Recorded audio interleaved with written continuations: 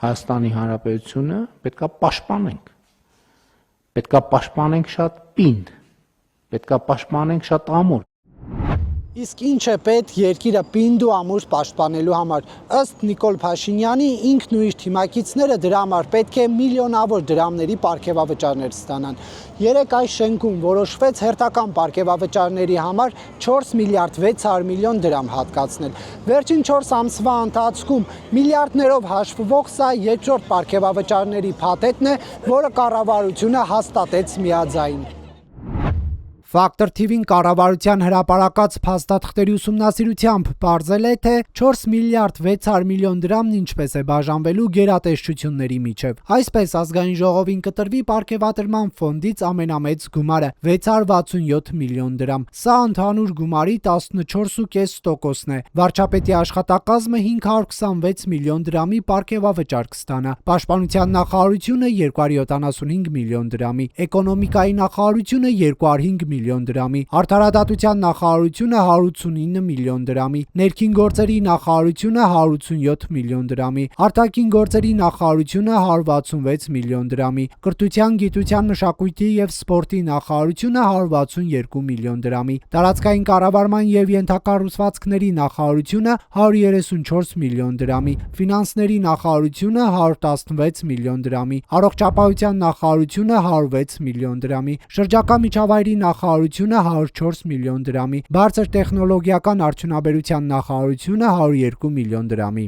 Աշխատանքի և սոցիալական հարցերի նախարարությունը կստանա համեմատաբար քիչ գումար՝ 89 միլիոն դրամ, սակայն վերջինի ենթակայությամբ գործող միասնական սոցիալական ծառայությունն առանձին 87 միլիոն դրամ կստանա։ Նախագահի աշխատակազմի պարգևավճարի ընդհանուր բյուջեն 64 միլիոն դրամ է։ Մարզպետարաններից յուրաքանչյուրն էլ պարգևավճարի համար 30-ից 40 միլիոն դրամ կստանա։ Փաշինյանը կառավարության նիստում թվարկեց կատարված աշխատանքները, որոնք ըստ վարչապետի արտարացի հիմք են իր ու թիմակիցների համար բազմամիլիոնանոց պարգևավճարներ սահմանելու։ Այդ լրացուցիչ արդյունքը առողջության ապահովագրության համակարգն է, այդ լրացուցիչ արդյունքը կենսաթոշակները բարձրացնելու հնարավորությունն է, այդ լրացուցիչ արդյունքը նաև կրթության, գիտության ոլորտում, պաշտպանության ոլորտում մեր ունեցած ձեռքբերումներն են եւ այդ լրացուցիչ արդյունքը խաղաղությունն է։ Քաղաքացիների կարծիքները վարչապետի ու նախարարների միլիոնավոր դրամների պարգևավճարների հարցում խիստ տարբերվող են։ Հա ոչինչ, աշխատել են, բաժանել են։ Այս քաղաքացին պատմեց 2018-ին ակտիվորեն աջակցել է Փաշինյանի նախաձեռնած փողոցային պայքարին։ Արդարացի է համարում, որ վարչապետը միլիոնավոր դրամների պարգևավճարներ է ստանում, իսկ իր թոշակը բարձրանում է 10,000 դրամով։ Բոլորին կարելի չէ։ Մի քանի քայլ այն կողմ կանգնած թոշակառուն չի կիսում Փաշինյանի աջակցի լավատեսությունը։ Ասում է իր թոշակով ավելացված 10,000-ն էլ հետ է, ապրել չի կարողանում։ 10,000-ը եղանակ չի փոխի նման խնդրի մեջ, չես կարող դու տեղավորվել ոչ մի հարցում, ուղղակի այս պահը հացի խնդիր է։ Այս կնոջն էլ վրդովվեցրել է Փաշինյանի այն հիմնավորումը, թե Հայաստանին բերած խաղաղության համար պարգևավճարի են արժանի։ Խաղաղություն ապահովում,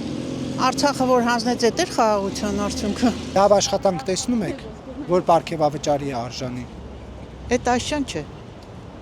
Ում աշխատանքը կգնահատեիք։ Այսինքն ում աշխատանքը դրական կհամարեք պաշտոնյաներից։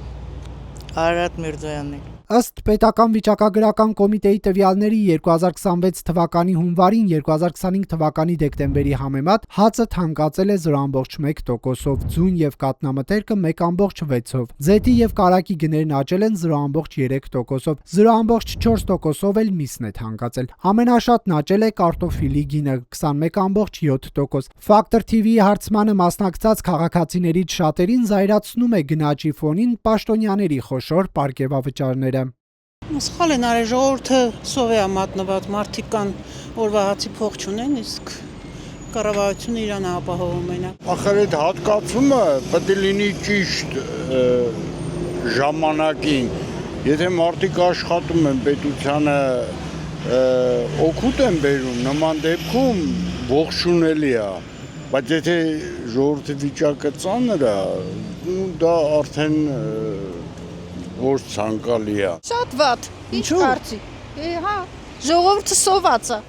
Գնաճի ֆոնին հաստատ սոված չեն մնա բարձրաստիճան պաշտոնյաները։ Անցած դեկտեմբերին էլ 3 միլիարդ 500 միլիոն դրամ էր նրանց միջև բաժանվել։ Նախարարները 6-7 միլիոն դրամ էին ստացել։ Վարչապետը 2025 թվականի 6 ամսվա համար 14 միլիոն դրամ էր ստացել։ Կառավարության որոշման մեջ հատուկ նշված է, որ պարգևավճարների վերջին հատկացումը իշխանության ներկայացուցիչներն ու պետական համակարգի ծառայողները ստանալու են այս տարվա առաջին կիսամյակի ընթացքում, այսինքն մինչև առաջիկա խորհրդարանական ընտրությունները։